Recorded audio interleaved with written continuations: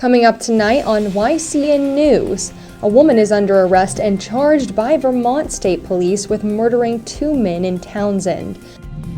Vermont faces a $100 million funding gap. And two people are arrested by Lebanon police for heroin drug charges. For more news, weather, and sports, it's time for YCN, your local view. Now, your daily digest of the Dartmouth Lake Sunapee region, southern Vermont, and Windsor County. News, sports, weather, and all that is happening in our area. The news on YCN, your local view. Good evening, and welcome to this Thursday edition of YCN News. I'm Rose Spillman. In a follow-up to a story we reported yesterday, a woman is under arrest charged by Vermont State Police with murdering two men in Townsend, one of whom is the woman's former lover. 62-year-old Robin O'Neill is charged with 2 counts of second-degree murder by police, accused of killing former boyfriend Steve Lott and Lott's son, Jameis. Police say O'Neill and 60-year-old Steve Lott recently ended their year-long relationship. The couple had been living together at the Abbey Lane home, the scene of the homicides. Jameis Lott was 28 and lived elsewhere. He was visiting the Abbey Lane home at the time of the shooting. Autopsies are being conducted by the Office of the Vermont Chief Medical Examiner. O'Neill was set to appear today in Windham Superior Court on the criminal charge. State police continue to investigate and ask that anyone with information regarding this matter is asked to call the Brattleboro Barracks. The number is 802-254-2382. Anonymous tips can be sent to crimes or 274637, keyword VTIPS. Filing any kind of false report is a serious matter, and that brings us to our next story. Claremont Police Chief Alex Scott says an elementary school staff member falsely reported Monday that someone with a handgun was outside Maple Avenue Elementary School. Now, the unnamed school employee is on administrative leave per Superintendent Dr. Middleton McGoodwin. Monday's report was made around 10:10 a.m., prompting a lockdown of the school. District school officials called police. Claremont and state police officers investigated in and around the school building and neighborhood. No evidence of any person with a handgun was found. The lockdown was lifted 30 minutes later. Parents and guardians were notified by the school. Children were picked up and went home. School resource officer Crystal Simons stayed at the school until its typical release time. Scott says today the case remains open and an arrest warrant is imminent. The cultural and creative economy is thriving in Sunapee. On the heels of its new library's grand opening comes word of a goal to build a new music and arts center in Sunapee Harbor. Tonight, that goal will be fleshed out during a public forum. Local groups hosting the forum include the Sunapee Harbor Riverway Corporation, the Harbor House Livery Community, and the Better Future Alliance.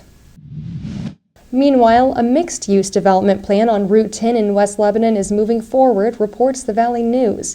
Lime Properties developer David Clem says final approval to build the 38-acre mixed-use site is very near. It's been a 7-year process to get the green light for Clem's River Park. River Park will encompass 840,000 square feet, large enough for offices, retail shops, single and multifamily homes, and 2 parking garages. Towns and cities throughout Sullivan County could use more state money to fund local government costs. That concern was front and center yesterday night. Cloutier of Claremont asked councilors and City Finance Director Mary Walter what issues should lawmakers take to Concord for January's new legislative session. Cloutier says since the state stopped sharing revenue to local governments in 2009, Claremont has lost about $470,000. That's shared state revenue that could reduce property taxes. Outgoing State Rep Joe Osgood agrees the state needs to restart revenue sharing. Osgood says for all small towns, Cornish and Claremont, lawmakers need to send a message that we need our money back. Finding money to fund the Vermont state budget also is on Green Mountain lawmakers' minds. Yesterday in Montpelier, legislators learned from state leaders that Vermont faces a $100 million funding gap, reports Vermont Public Radio. Expected revenue from fees and income taxes is coming in less than projected, says Administration Secretary Jeb Spaulding. Spaulding says even raising statewide taxes would not solve budget woes. It remains unknown how much the state budget will need to be cut to remain solvent. When YCN News returns, 2 people are arrested by Lebanon police for heroin drug charges, and a customer at a local restaurant that's closing down in Claremont starts a fundraiser to help employees buy the business. The YCN News continues in a moment. Welcome back to YCN News. I'm Rose Spillman. Next Thursday is Thanksgiving. Whether the main meal or side dishes or desserts, we want something to make the day memorable for ourselves and guests. Let's take a look at YCN's visit to Walpole Valley Farms. With the increased popularity in local food production, YCU News decided to visit Walpole Valley Farms in Walpole, New Hampshire to talk about locally and farm-raised turkeys for this season. What's the farm lifestyle like? It's very busy. We get up with the sun and go down with the sun. So in the summertime especially, it's very busy. But this time of year, we actually get a little bit of a break, so it's nice. What is the whole environment like at Walpole Valley Farms? This is a pasture-based farm, so what that means is all of our animals are out on pasture, so they're actually being moved from place to place on the pastures. So most of our animals are actually raised during the growing season, meaning basically from about May until October. That's part of the pasture-based system. We're moving all of the animals to fresh grass so that they get the best of the best, and they're also fertilizing as they go. Cattle are all grass-fed, so no grain whatsoever. So it's actually, what we're doing here is growing grass. So we need all this manure from all the different animals, the chickens, the pigs, the cows, the turkeys, to fertilize the field. So we also raise pasture-raised pigs on the farm, and we move them around as well to either woodland pastures or pastures that abut the woods with apple trees and that sort of thing. Pigs love apples, they love acorns, they love hickory nuts, and they get access to all of that in the fields, as well as a locally grown GMO-free grain. And all of the grain that we feed our animals is GMO-free and locally grown. So that's a big part of our operation. What's the difference between a local farm-raised turkey and a store-bought turkey? For us, that means that the turkeys are raised outside in cow pastures, and we move them frequently every few days. So they're constantly getting a lot of grass and bugs and worms and things that they would want to consume if they were in the wild. They're not wild-raised turkeys, it's still a farm-raised turkey, but the key to us is to supplement them with as much food other than grain to make them taste delicious, and they stay juicier and moister and more flavorful as a result. It tastes better. It's a more denser, flavorful meat. It retains more of its moisture when you cook it, so it will have more pan drippings to make gravy with. And just knowing that it was raised locally by real folks in your community, I think speaks a lot too. What's your preference in preparing turkeys? Well, actually, pasture-raised turkeys do cook quicker than store-bought turkeys.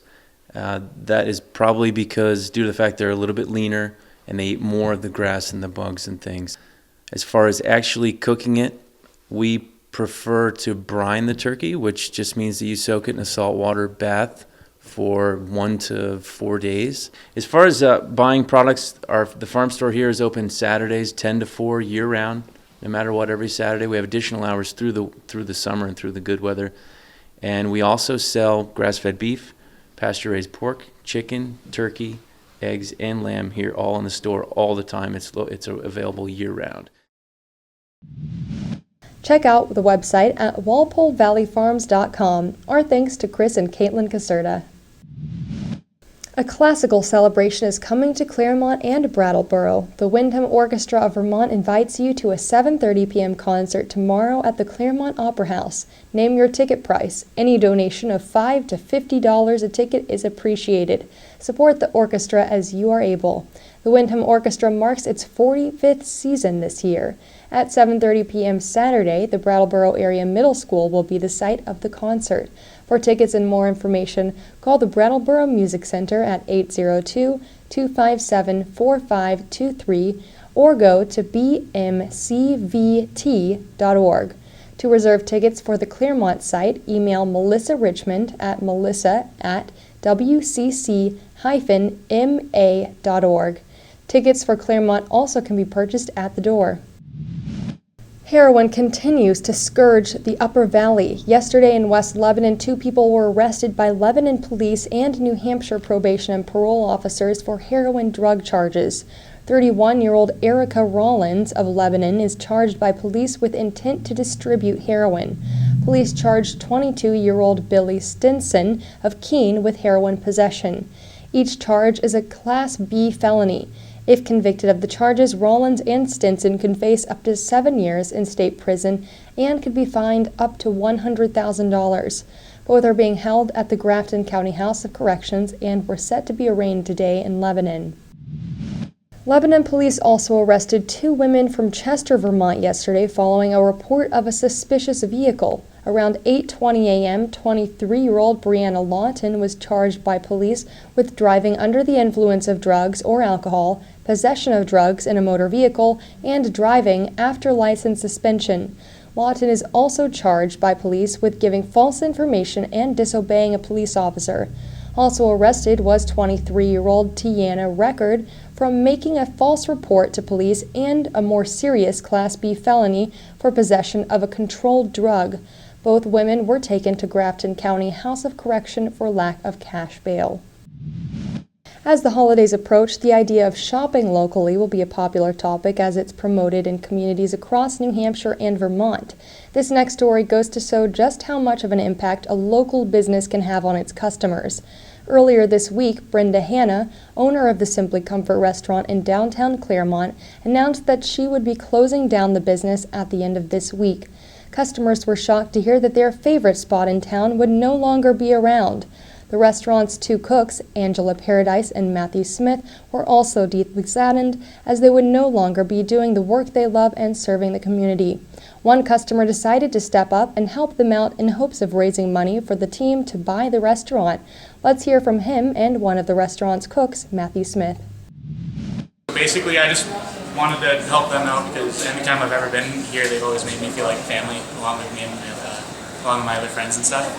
So really, I just started up a GoFundMe page, www.gofundme.com/SaveSimplyComfort. It would be to make it so they could afford to either buy out this building or put a down payment or buy out another building. They started a GoFundMe account so me and my partner, Miss Angie, could actually buy the restaurant. It's really heartwarming to be a part of such a community like Claremont. If this is going to catch on, then maybe you can help out. If you believe in a passion, if you believe in a dream, then you should believe in us. Passion has flavor, friends, and it tastes good. The goal for this fundraiser is $100,000. If you're interested in donating or sharing the cause online, go to our Facebook at facebook.com/YCN News Now for a link to the site. When we return, we'll have your weather for the next few days and a look at sports with Matt McDonald. The YCN News continues in a moment. Welcome back to YCN News. I'm Rose Spillman. Now Matt McDonald will have a look at our weather for the next few days and then move on to sports. Thanks, Rose. Tonight we'll have partly cloudy skies with lows around 19 degrees with winds up to 10 miles per hour. Tomorrow we'll have a high of 30 degrees with sunny skies and winds between 10 and 15 miles per hour. Tomorrow night will be mostly clear with lows in the teens. Saturday we'll have mostly sunny skies with highs around 33 degrees. Saturday night we'll have mostly cloudy skies with lows in the upper 20s. You can see here that we are mostly in the clear with some surrounding storms that are expected to miss us. Now let's see what's coming up on our community calendar. Tomorrow in New Hampshire, the Cornish Select Board will meet at 3 p.m. In Vermont, the Bellows Falls Winter Farmers Market will begin at 4 p.m. by the train station. In Westminster, Vermont, the James King Band will perform at the Westminster Institute at 7 p.m. Remember, you can submit local events from your community by sending them to news@ycnnow.com. Now let's preview some upcoming Manchester Monarchs hockey games. This Friday, the Monarchs will travel to Binghamton to face them starting at 7:05 p.m. On Saturday, the Monarchs will travel again to take on the Wilkes-Barre Scranton Penguins in Pennsylvania. This game will also begin at 7:05 p.m. YCN News will bring you the results of these games on Monday. Thanks, Matt. When YCN News continues, we'll join Capital Connections' John O'Connor, who met with Chris Gamache, Director of New Hampshire Trails. The YCN News continues in a moment.